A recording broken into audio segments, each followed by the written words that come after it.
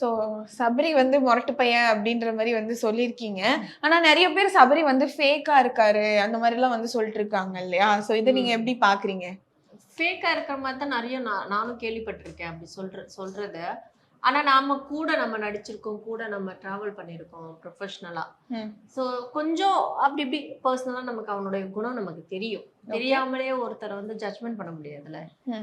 இவ்வளோ டேஸ்லலாம் எப்படி ஒருத்தரை ஜட்ஜ்மெண்ட் பண்ண முடியும்? அதெல்லாம் தப்பான விஷயம். நான் என் விஷயத்துல நான் ஒரு இன்சிடென்ட் சொல்றேனே. மேல படிக்கட்டுல இருந்து கீழே விழுந்துட்டேன். சீனியர் அப்படிதான். ஓகே. ஒரிஜினலாவே நான் விழுந்தேன். ஓகே. அது உருண்டு கீழே விழும்போது இங்க டொங்குன்னு தள்ளாடி. அது முறுக்கிக்கிட்டு தான் நான் கீழே விழுந்தேன். விழும்போது எனக்கு முடியல. அடுத்த நாள் வந்து ஃபீவர், இங்க ஸ்பைனல் அப்போ இது வரைக்கும் இருக்கு இந்த பெயின். ஓகே. ஸோ அந்த சபரி அதெல்லாம் வந்து அந்த சீன்ல சபரி கிடையாது. பட் டப்பிங்ல வந்து என்னை பார்த்துருக்கான். பார்த்துட்டு உடனே கால் பண்ணான். இப்படி விழுந்திருக்கே கீழே, சவுண்டு கேட்டுச்சு வால்ல அடிச்சது தலையில. இப்ப எப்படி இருக்கு, என்ன பண்ணுது உனக்கு, சரியா, ஹாஸ்பிட்டல் போனியா, என்ன பண்ணியா?